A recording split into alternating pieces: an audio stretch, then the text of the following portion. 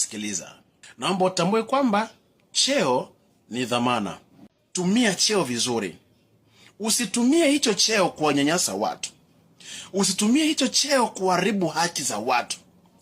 Usitumie hicho cheo kuwatesa watu wengine. Usitumie cheo chako kuyapoteza maisha ya watu wengine. Usitumie hicho cheo ambacho Mungu amekupa kujifanya kama umekuwa Mungu mtu. Naomba utambue kuna maisha baada ya cheo. Sasa ukitumia madaraka vibaya, ukitumia cheo ulicho nacho vibaya, ule muda wa cheo chako kuondoka, utabaki kuwa ni mtu wa kawaida. Acha kuwatesa watu. Acha kuwadhuru watu. Acha kunyanyasa watu. Acha kupoteza haki za watu kwa sababu ya cheo ulicho nacho. Yes, una kinga ambayo imekukinga eti kwa sababu mimi ni fulani siwezi kufanywa hivi. Sikiliza. Wakati wa Mungu ndio wakati sahihi. Unaweza kuwa na kinga watu wakakuogopa, lakini Mungu hakuogopi.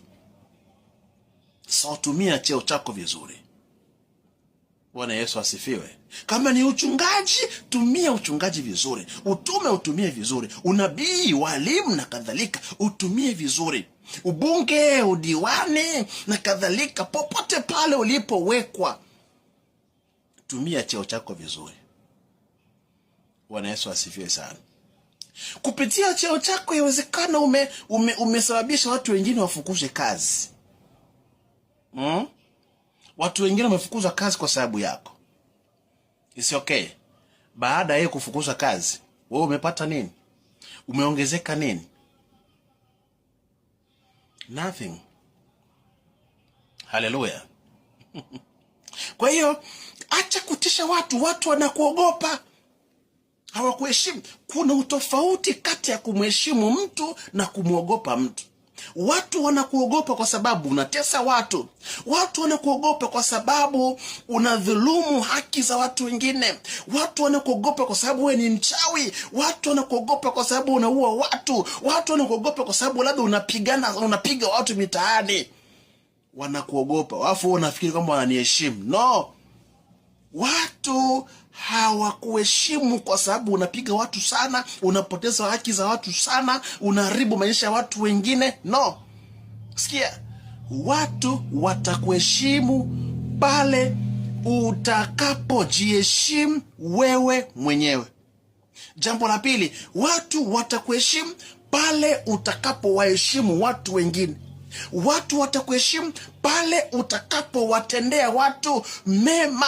Yesu Kristo anasema, mtu akinitumikia na anifuate. Mtu akinitumikia, Baba atamheshimu. Hiyo ni Yohana 12:26. Unataka uheshimiwe? Mtumikie Mungu. Yaani utendee watu haki.